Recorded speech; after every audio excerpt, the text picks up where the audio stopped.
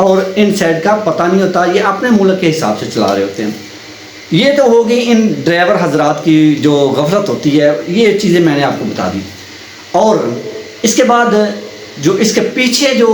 چل رہا ہے، جو بڑے لیول پہ جو گیم ہوتی ہے، وہ میں آپ کو ابھی بتاتا ہوں۔ اس کے پیچھے جو بڑے لیول پہ گیم ہوتی ہے، ادھر سے انہوں نے سختی کی ہے کہ جو میرے پاس انفارمیشن آئی ہے، سختی کی ہے کہ گاڑی جتنے زائرین لے کر جائے گی اتنے زائرین لے کر آئے گی تو گاڑی کو آؤٹ پاس ملے گا، گاڑی کو ادھر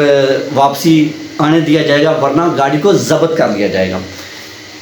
ان چیزوں کو دیکھ کر پاکستان میں بہت سارے ایسے ذہن رکھ کر بیٹھے ہوئے ہیں جو اس کا الٹ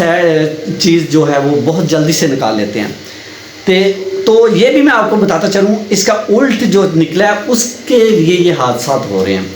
ادھر سے ملتان سے ایک گاڑی چلی، ان میں زائرین نے میرے ساتھ رابطہ کیا کہ ہماری گاڑی 2 گھنٹے چلتی ہے اور گرم ہو جاتی ہے، پھر اس کو 2 گھنٹے آرام دیا جاتا ہے تو پھر وہ گاڑی آگے جاتی ہے، پھر 2 گھنٹے چلتی ہے تو وہ گرم ہو جاتی ہے۔ ایسی ناقص گاڑی لے کر کیوں جا رہے ہیں، یہ بھی آپ کو اس کا بھی میں بتاتا ہوں۔ ادھر جا کر ایسی ناقص گاڑیاں لے کر جا رہے ہوتے ہیں، کیوں لے کر جا رہے ہوتے ہیں کہ ادھر سے یہ سارے زائرین لے کر نہیں جا رہے ہوتے۔ ان میں سے تقریباً گاڑی میں کم از کم آپ سمجھ لیں ایک اندازے کے مطابق 50 لوگ اگر بیٹھتے ہیں، ان میں سے 30 لوگ جو ہوتے ہیں وہ زائرین ہوتے ہیں اور 20 لوگ انہوں نے کام کرنے والے جو لڑکے یا جو آدمی جو کام کے لیے جا رہے ہوتے ہیں ان کو بٹھایا ہوتا ہے۔ ان 20 لوگوں کو ادھر انہوں نے اتارنا ہے، جب انہوں نے واپس آنا ہے تو ان کو 50 لوگ وہی مکمل کر کے لانا ہوگا، تو پھر گاڑی کو آؤٹ پاس ملے گا، گاڑی کو اجازت ملے گی واپس آنے کی، ورنہ گاڑی ادھر ضبط کر دی جائے گی۔ تو ایسی ناقص گاڑیاں لے کر جانے کا مقصد اس کے پیچھے یہی ہے، ادھر جا کے گاڑی کے ساتھ چھوٹا موٹا حادثہ کروا دیں،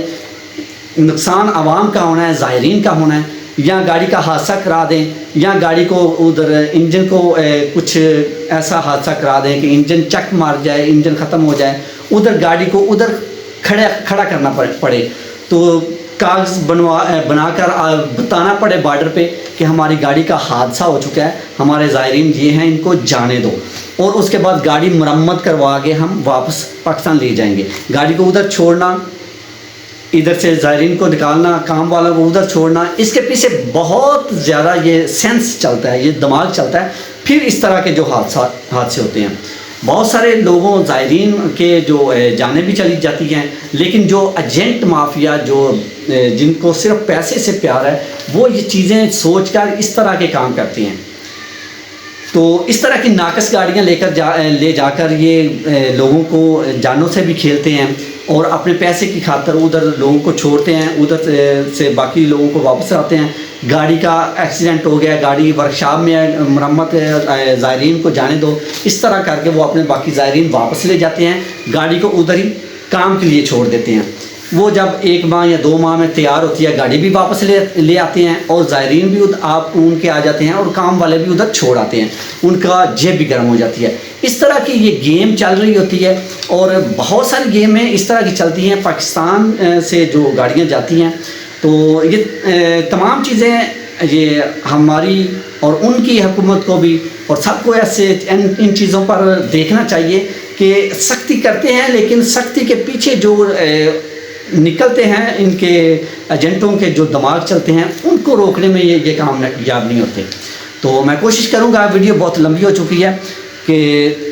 ایک الگ سی ویڈیو تفصیل کے ساتھ بنا دوں کہ جو ڈرائیور حضرات جاتے ہیں ادھر سے، ان کے لیے کہ آگے آنے والے وقتوں میں جب ادھر سے پاکستان سے ڈرائیور حضرات یا گاڑیاں لے کر جائیں تو کن کن چیزوں کا خیال رکھنا ہے، کس سائڈ پہ چلنا ہے اور کتنی سپیڈ پہ چلنا ہے، کون سے اشارے پہ کتنی سپیڈ دینی ہے، کون سے اشارے سے لیفٹ ہونا ہے اور کون سے اشارے سے رائٹ ہونا ہے، یہ تمام چیزیں تفصیل کے ساتھ ایک ویڈیو میں بنا کر آنے والے جو 40 محرم میں جب قافلے جاتے ہیں اس سے پہلے میں انشاءاللہ اس کے متعلق مکمل ڈیٹیل کے ساتھ، چاہے ویڈیو تھوڑی لمبی ہو جائے 15-20 یا 25-30 منٹ کی بھی ہو جائے، تو میں تفصیل کے ساتھ ویڈیو بناؤں گا، کیونکہ یہ ایک انسانی جانوں کے ساتھ کھیلنے والا یہ ایک کھیل ہے۔ تو اس کو روک تھام کے لیے میں انشاءاللہ مکمل ویڈیو تفصیل کے ساتھ بناؤں گا. جو بھی ڈرائیور حضرات اس ویڈیو کو دیکھ کر جائیں گے, اس ویڈیو کو دیکھ کر ڈرائیوری کریں گے, تو انشاءاللہ وہ ان تمام حادثات سے محفوظ رہیں گے اور اپنی اور اپنے زائرین اور اپنے لوگوں کی جان و مال کو